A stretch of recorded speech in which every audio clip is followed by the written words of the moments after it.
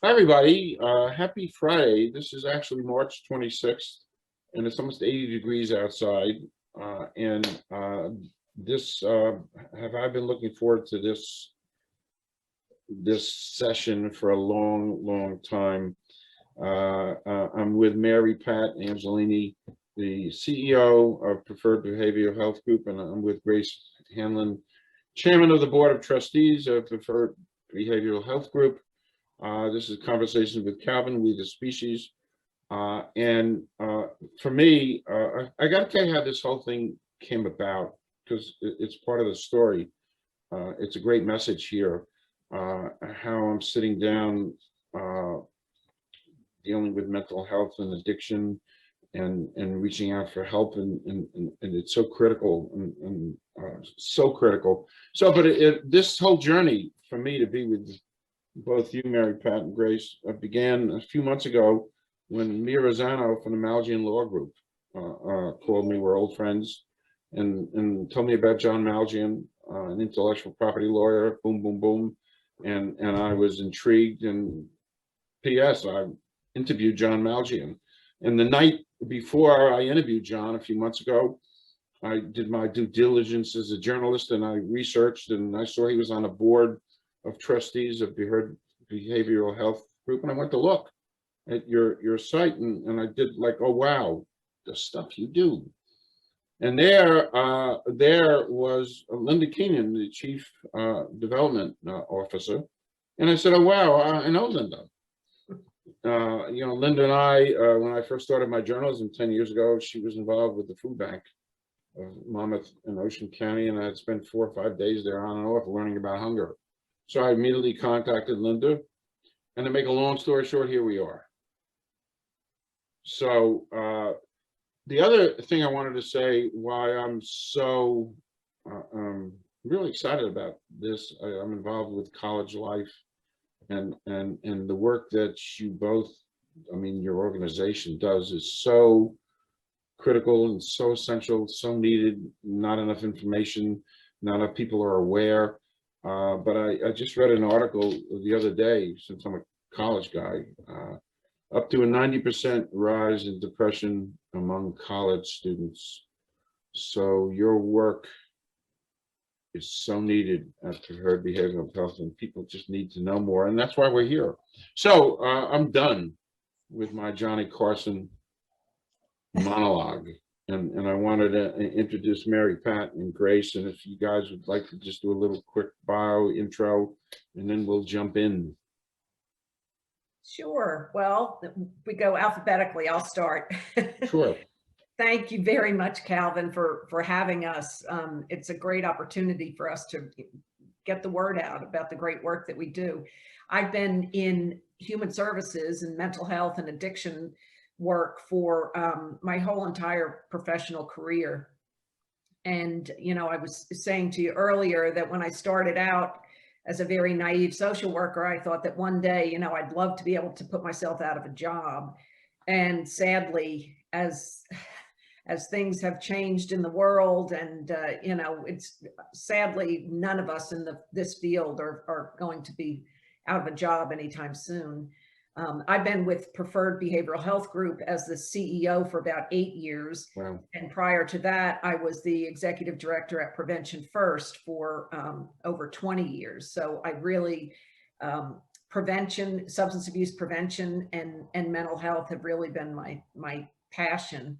And then I had a little stint in the New Jersey General Assembly. I served 8 years as the representative for District 11 here in Monmouth County.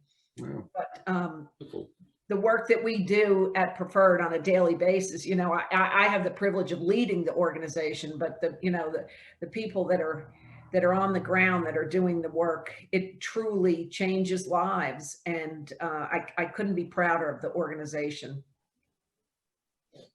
That's great. Grace. Hi, I'm Grace Hanlon, and I've spent the majority of my life in Monmouth County. I moved here when I was in 5th grade, and I have a background in media and in education. as well as tourism. I was served as the director of tourism for the state in the Christie administration. So I really do have a love and a passion for New Jersey overall. And I'm also a mom. I have a 28-year-old, I have a 24-year-old, and a 6-year-old. Wow. So the devotion, your pathways. So the best way to jump in is to jump in. So either take it both. So tell us a little bit about Preferred Behavioral Health Group. How long has the organization been around? What do you do? Talk about your programs and who do you serve? So give a little background. Sure, I'd be happy to kick it off. So Preferred Behavioral Health Group has been around since the late 1970s. I believe we were incorporated in 1978. And we are a community mental health agency or behavioral health agency. And we provide a variety of programs. We have over 70 different programs at 15 different sites. We have about 420 employees currently. And we're primarily focused in Ocean County, but we also have 2 programs, soon to be 3, in Monmouth County. And then we also work in several counties, 11 different counties, with our a program that is state funded that works with family members that are part of the DCP&P system, the foster care system here in New Jersey. And so we like to say we offer programs from the the very youngest to the elderly. We have outpatient programs. We have case management programs where our social workers will go out to the people that are living in the communities that we serve. We really do a wide variety of things. We're licensed by the state of New Jersey through the Division of the Mental Health and Addiction Services. And we are also CARF accredited, which is an international accreditation. So we're very proud of that. On an annual basis, we touch unduplicated about 70, on average, it's been about 70,000 people that we have served in one way or another. And one interesting statistic that I just found out, my staff just gave this to me, but over the last year, since COVID hit, we really 90%, a year ago, 90% of our programming was we turned on a dime and we provided programs and services and treatment via telehealth. Telehealth. And that's really been successful, very, very successful. And it's given an opportunity for people that may not have felt comfortable coming in personally, even if they had not been involved with us to begin with. It gives them an opportunity to seek treatment. So we're very pleased at how that worked. But the stat that I wanted to share was that over the last 12 months, we did 100,000, provided 100,000 units of service to our clients. Staggering. It really was mind-boggling. Staggering. I saw that. So we have been very busy. I say, we're not going to return to work when everything gets back. We're going to return to the office because the work is going on as we speak. I'm sitting here flabbergasted how fast you turned around and went to telehealth to provide that services. And it was so interesting what you said. People were a lot were comfortable, and part of and we're going to talk about the stigma, but you discovered, I guess, the real positivity of telehealth, that it helps people reach out maybe even better. So, Just another aspect, I'm sorry to interrupt you, but I just thought of this, and it's really important that, for people that couldn't make an appointment because they had childcare issues, particularly now if their children are at home, if they had transportation issues, a lot of the people that we serve don't, they don't have a car, or they have to rely on public transportation. Well, we just taken those barriers out of their way, and they are able to really thrive with our online programs. so your responsiveness throughout this whole thing has been amazing. Yeah. Grace, as chair of the Board of Trustees, how and why did you get involved with preferred behavioral health? I know you have, we've met in the old days. Film festivals. Yes, and my old days only go back 10 years, but nevertheless, but how did you get involved? Well, I met Mary Pat through a mutual friend. And at the time, I attended a board meeting just to do a presentation on about how to spread the word about prevention first, and possibly, it was way back when we were like, we need to get a website, we need to get videos for the website, we need to tell the story, having a background in media. And then as Mary Pat and I started to work together, I volunteered to help, create a video to tell the story of Preferred. And then one thing led to another, and then she asked me to be on the board. And I had little children at the time, and I thought it was a little challenging, but at the same point, one of my fellow board members was a nurse who had lost her daughter. She was murdered. She was date raped and murdered. And so anytime, as a busy mom who had a job and little kids, and I would go to a board meeting, I said, well, I need to carve out time for this. We need to help. And when you sit next to a mom who's lost a child, it wakes you up and inspires you, and it says, let's get to work. Let's not let this be a waste. Mm-hmm. So that's the type of thing that brought me into it and kept me going. Mary Pat's leadership has been absolutely amazing. I always say, the board goes down with the nonprofit if it's not running properly. First thing the press is going to do is go look and see who everybody on the board is. And every year we've had just outstanding audits, full transparency. From the minute we've stepped in, I've watched the budget, how they're spending their money, and it's just incredibly impressive, transparent, and money well spent to help people who need help, and prevent children from hopefully needing help by the proper programming. So that's what inspired me.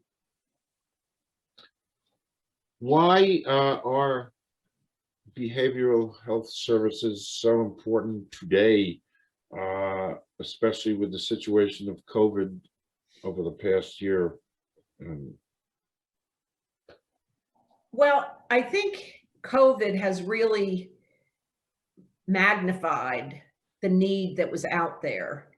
And, it's just so upsetting to me when I see, that the children are not back in school. Not every family is a perfect little family, and not every child is at home in a safe environment. And many times our social workers in the schools, and we have some school-based programs as well, that would be the link to the child, to to have someone be watching out for them, to have another set of eyes on that child and that their situation. And I fear, and all the research shows, that there's going to be such a surge of need, particularly for children, as we start to get back into, whatever normal is these days or will become. But I do think that the need for our services, like I said, has been magnified over the last year. And I think it's because we have become isolated. I mean, by decree, we had to been, kept in our houses, our homes. And that has an effect. That has a negative effect on many people, particularly people that have been struggling, and maybe they were just on the border, like, they hadn't really become addicted to a substance, but now they're sitting around, and the addiction rate has, sadly, it's increased. The number of overdoses has increased. I heard a very startling statistic recently. So there are many factors, there are many reasons, but I do feel that COVID has really, I want to use the word again, but really magnified the issues. I sat here absorbing so much I could about COVID, and a few months into this, I began to say, which kind of is linked to what you do. I began to say there isn't a social scientist, psychiatrist, psychologist, sociologist on this planet who can fully understand what you have a whole world locked up. Now we're talking about a year, and there's still going to be after effects of this. So how all this comes out, your work is you've got so much work to do, and nobody can fully even comprehend the depth, the breadth of how important it is for you guys to do services and to help people, because people don't even know they need help. It's just overwhelming. Yeah, it is. You briefly touched on this, Mary Pat. I was going to ask you, did anything change over the past year in providing critical services? And you did touch on that. I don't know if you wanted to add the whole institution of telehealth. That really, and I will reemphasize that, just from a point of any of your audience members that would like to advocate the need to keep this. So let me just give you a real policy wonky statement about telehealth. So New Jersey was one of the last states to provide telehealth in the way that it is now. And I don't mean to provide it, but to be able to allow providers such as Preferred to bill Medicaid and Medicare and wow, so we were among the last here in New Jersey.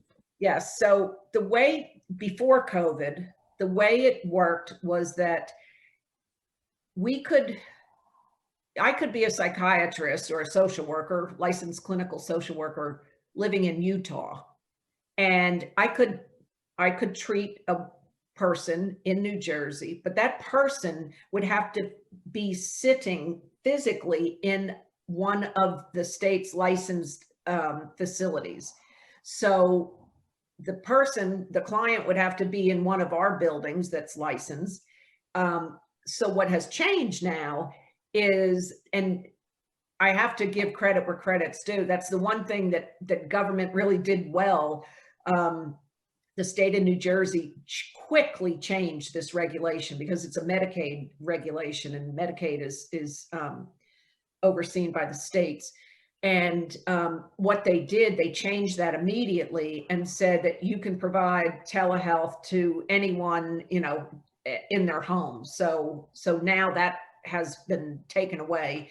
And so that's really what opened it up for us to be able to provide these services.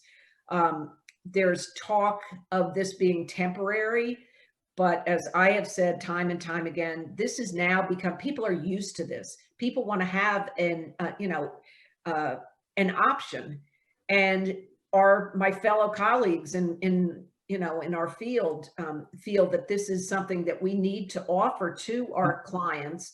It's a consumer satisfaction issue, really.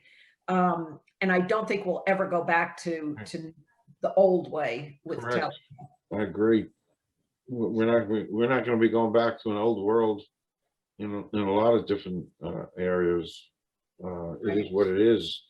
You know, I think New Jersey lost 7,300 restaurants. Mhm.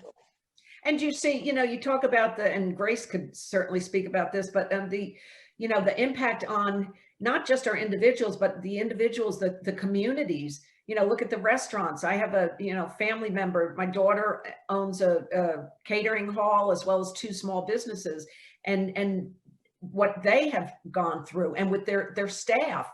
There's just a domino effect, and it has truly devastated the economy. Yeah, And hopefully now we are seeing, the light at the end of the tunnel, but it really has on many levels destroyed communities too. correct. Beyond comprehension, all of this, and it is just so. But I drew my title for this series, Conversation with Calvin, We the Species, because after a couple of months, I realized that we are one species, and there isn't a place on this planet that escapes COVID. Not a place. I even think it was in Antarctica, of all places. So that's where I come up with we the species, and the other side is environmental. We're all one species. We got to fix the planet. But there are a lot of options for support and treatment. So what distinguishes preferred behavioral health? Well, I would say our staff, our client, I'm sorry, our Your team. professional staff, yes, my team. By far, I would put any one of my staff against anyone at another organization or agency. But really, even just to look at the turnover rate of our staff, it's very, very low. So, people, Right. we truly believe that we're a family, and it shows in the, excuse me, it shows in the treatment that our clients receive. I've met with their staff. Several of the VPs report to the board, and they're so impressive. And then we did a retreat where we went from different sites where Preferred offers services, and we met with their clients, the people who had received services, and they spoke so highly of the staff and about how they went above and beyond the call of duty to really help them. And they all felt like the staff truly cared about them. Genuine. And I've had to send family members and friends there myself who were dealing with issues, and I was always impressed at the treatment they received. Would go above and beyond. Right. So important. So important. We touched on this briefly, but do you think, we did touch on this, but let's touch on it again. Do you think there's a stigma associated with mental health still, and addiction that we have to overcome? Yeah, of course. Yes. Yeah. Grace, go ahead. Yeah, no, there's definitely still a stigma for parents. You feel like a failure. You might drag your feet before you seek help for yourself or for your child. There's stages of denial. It's very hard. It's very hard To admit you have a problem. And, we try to make it as seamless as possible for when someone does have a problem. What I like at Preferred is it's kind of a one-stop shopping where we have a psychiatrist, we have a medical doctor, you have your medication. You're not having to go from building to building to appointment. And there's a collaborative approach to dealing with one of our clients, which I think is important. This is beyond me, but what can we do, all of us collectively, but what can society do to end the stigma of mental illness, et cetera, et cetera? How do we, I think it's just part of what we're doing right now, getting the word out that help is available and that there's nothing to be ashamed of. You always, you would never question, a person's diabetic and, oh my gosh, well, so this is, a physical illness that we are treating many times, and there's no difference. I mean, obviously, physiologically, there's a difference, but, and I do think that things are changing somewhat. I do think still that there is as Grace said, there's a stigma that's connected to, just as Grace said, as a And parent. denial. And denial, right, exactly. denial, such a And- word.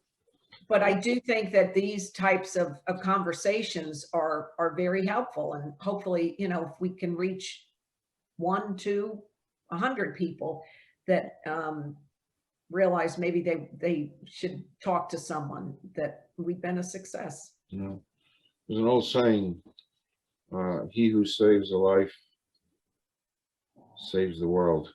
Mm. You know, Right. if you don't mind, I'd like to go back to what Yes. distinguishes preferred. I want to just chime in on something. Mm-hmm. So Mary Pat started there about 8 years ago. And, as most nonprofit agencies go, I mean, they're always working on very, very tight budgets. It's not easy. And, she came into a great team. However, we saw that one of our buildings was really in need of a facelift and an upgrade. And I felt, as being a board member and now as the chair of the board, that when you're down and out, when you've got a mental illness or a drug problem, or you're a parent that has to go sit in a room and have with your child who's addicted or has a mental illness, or all of the above, it's about the lowest point in your life as a parent or as a person. And I felt it was really important that people felt good about the space they were in when they walked through our doors at Preferred. You don't need to make a bad situation worse and be like, oh God, and now I feel like I'm in a hospital waiting room or in a jail cell or just bad. And so I said to Mary Pat, I'm like, we got to do something about this building. And I also felt that the staff works really hard. And I want them to feel like, we're your board and we respect you, and you should have an awesome workspace, something that you feel proud of. So kind of put it out to the universe, and Mary Pat and I knew we were not decorators, that it would just be a nightmare. So I made some phone calls, and next thing you know, I get referred to this woman, Michelle Delvacchio, who lives in Atlantic Highlands, and she's a top decorator for hospitals in New York City. Wow. Like she was the decorator for NYU's waiting rooms, bathrooms, cafeterias. And like, what are the chances that we get this rock star? And so I called Michelle and said, listen, we have this building that we need to paint and redo the carpeting and the walls. And we could really use some advice. And next thing you know, she donates all of her time to us. Wow. And room by room, we just completely transformed the building. And then another board member who's in construction, just to give you an example, he lost money on the job. His bid was so low compared to when we went out to bid that he donated so much, so much was donated from our contractor, George DiStefano. It was really just paying for labor. And we transformed the building, and Mary Pat's senior staff would meet with the decorator and pick their colors and the carpeting. And she knew what kind of paint to use so that it would look nice, but it didn't look institutional. And one of Mary Pat's staff members said to me, it was like one of the happiest things she's did in her career, because it's trying being in mental health and addiction, and it was light and it was fun. And so, we have a goal to make it a beautiful experience for our clients who come in and out. And, I would come to check on it. And one day, there was a woman waiting outside, and I could tell, she was having a cigarette and not having a good day. And I was like, wow, I'm like, how do you like the way it looks in there? She's like, I love it. And it looks so much better. And it just made me feel good, because I really think I wanted to honor our clients and say you're special and you should be walking into a beautiful space to address these issues. And I wanted our staff to feel like you should enjoy your workspace. So I think that makes us a little bit different. I think when you walk through those doors now, you're going to see a more beautiful facility, and lost my train of thought, that you'll see more beautiful and a friendly facility. Mhm. But now we just have to work on landscaping. We need Yeah. to landscape the outside of one of our buildings. It's a goal of mine. We have some capital campaign projects going on right now to Well, do that. Shortly, I'll ask you to say something about that. Yeah, it is a subliminal message. As far as I can see, you walk into a place it's part of the treatment. It's part of, It'd be depressing. yeah. Yeah, It's it could part be of the more whole, depressing than this current situation. part of the whole, yeah, it is.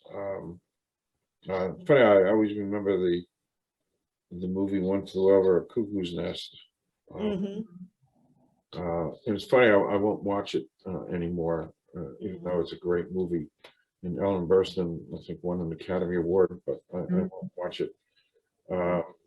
But back to what you just said, Grace, it is part of the treatment to your surroundings Mhm. and sending those subliminal messages. Um, Mhm. what advice can you give to people who need help, or if they know somebody who needs help? This is just basic, you know. I would tell them to call us. Simple as that. One phone call, and we will connect you with somebody that can help. And I think you're playing or you will be showing the number, but Yeah, it's going to be at the bottom of this screen throughout right. the whole. Yeah.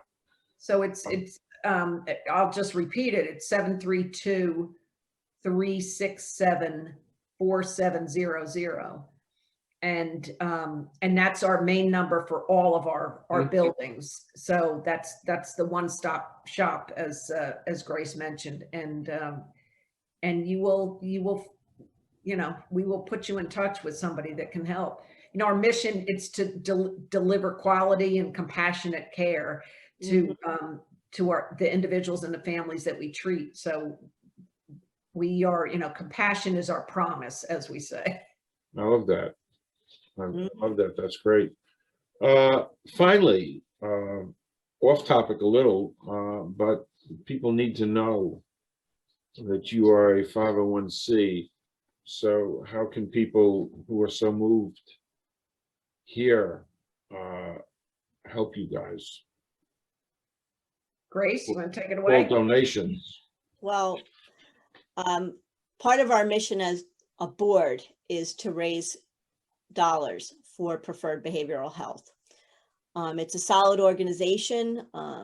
They live within their means, within their budget, very fiscally responsible. However, one of our goals as a board, and one that's close to my heart as well, is to help the underinsured and the not insured. So, Mary Pat staff can be tied by what the health insurance will say. So if you have a teenager suffering from depression and they only get X amount of sessions with their therapist, but the therapist thinks they could really use more, we want to be able to give them more. We want to be able to help go above and beyond what an insurance company dictates to us. So that's one of the projects, that's one of the areas that's earmarked for our charitable dollars, is to help the underinsured and the not insured people get help above and beyond what Medicaid or Medicare will say. And then secondly, like we discussed, we need to upgrade our buildings. They need to look more beautiful, so that people feel comfortable and confident and happy when they go in there. It's a good place. So we're working at that. So you can donate directly through our website. So I would encourage everybody to go to the website and make a donation. We do have a fundraiser, an annual fundraiser. It's our golf outing, which is going to be coming up this October. We're always looking for sponsorships and people to participate in it. And to get involved, give us a call, help, volunteer. I mean, that's how I got involved 15 plus years ago, was to create an agency video for them, and the rest is history. And it's truly, when you say you're doing charitable work, Preferred, Prevention First has given so much back to me through the friendships that I've made on the board, through watching the wonderful senior staff work their magic, hearing from the clients that have really been saved by Preferred Behavioral Health. It's changed their lives. And the leadership of Mary Pat's been bar none. Honestly, she's just been an outstanding leader to the organization. So I can assure anybody who gets involved and who shares their hard-earned dollars with us, and they're looking for charity, that you will be saving the lives of a mentally ill or addicted person that might not be able to get help. And that, I assure you. And one other thing I'd like to add, just going back to what Grace had mentioned about transparency. So there's a website called guidestar.org, and that is where charities are listed, all charities nationally. And you can go search any charity to see where they are as far as, their audits, their information. And we were just moved up to platinum level, which is the most transparent. Wow. level. So That's I'm great. very, very proud of that. That's great. And that's a great way to kind of wind down. You guys are platinum. And in my book and everything since I started learning about you all and just the work you do, and based here in Central Jersey, and the work you do, and your responsiveness and all of it. And I listen, I'm not an expert, but I can't say it enough. You are so needed, and your need is going to increase exponentially, and it ain't going to go away. So you're there, and people should recognize that and help. So we've kind of come to the end of this first session. I'm actually gonna, I've said it before we went on air, I'm saying it again, come back anytime. Thanks, Because I sit here 15 hours a day as a retired person, whatever that means. And I'd love to have you come back and more content and more reaching out and more telling the world, especially here in New Jersey, what you guys do. And I can't thank you enough for this. Well, thank Thanks, you Calvin. for the opportunity. And My pleasure. We'll take you up on that. Please do, really, because I really, I'm aboard, and I'm kind of a funny guy. I don't get involved in things unless it's 100%. Yeah. So I was never a great salesman when I was in the eyeglass business, because if I didn't like a particular thing, I wouldn't sell it. Even though the bosses that sell it, I said, well, I can't. I got to be honest. So what you're doing, to be perfectly honest, is so wonderful. And meeting and re-meeting you guys is wonderful. So to be continued. Thanks, Calvin. Thank you. Thank you.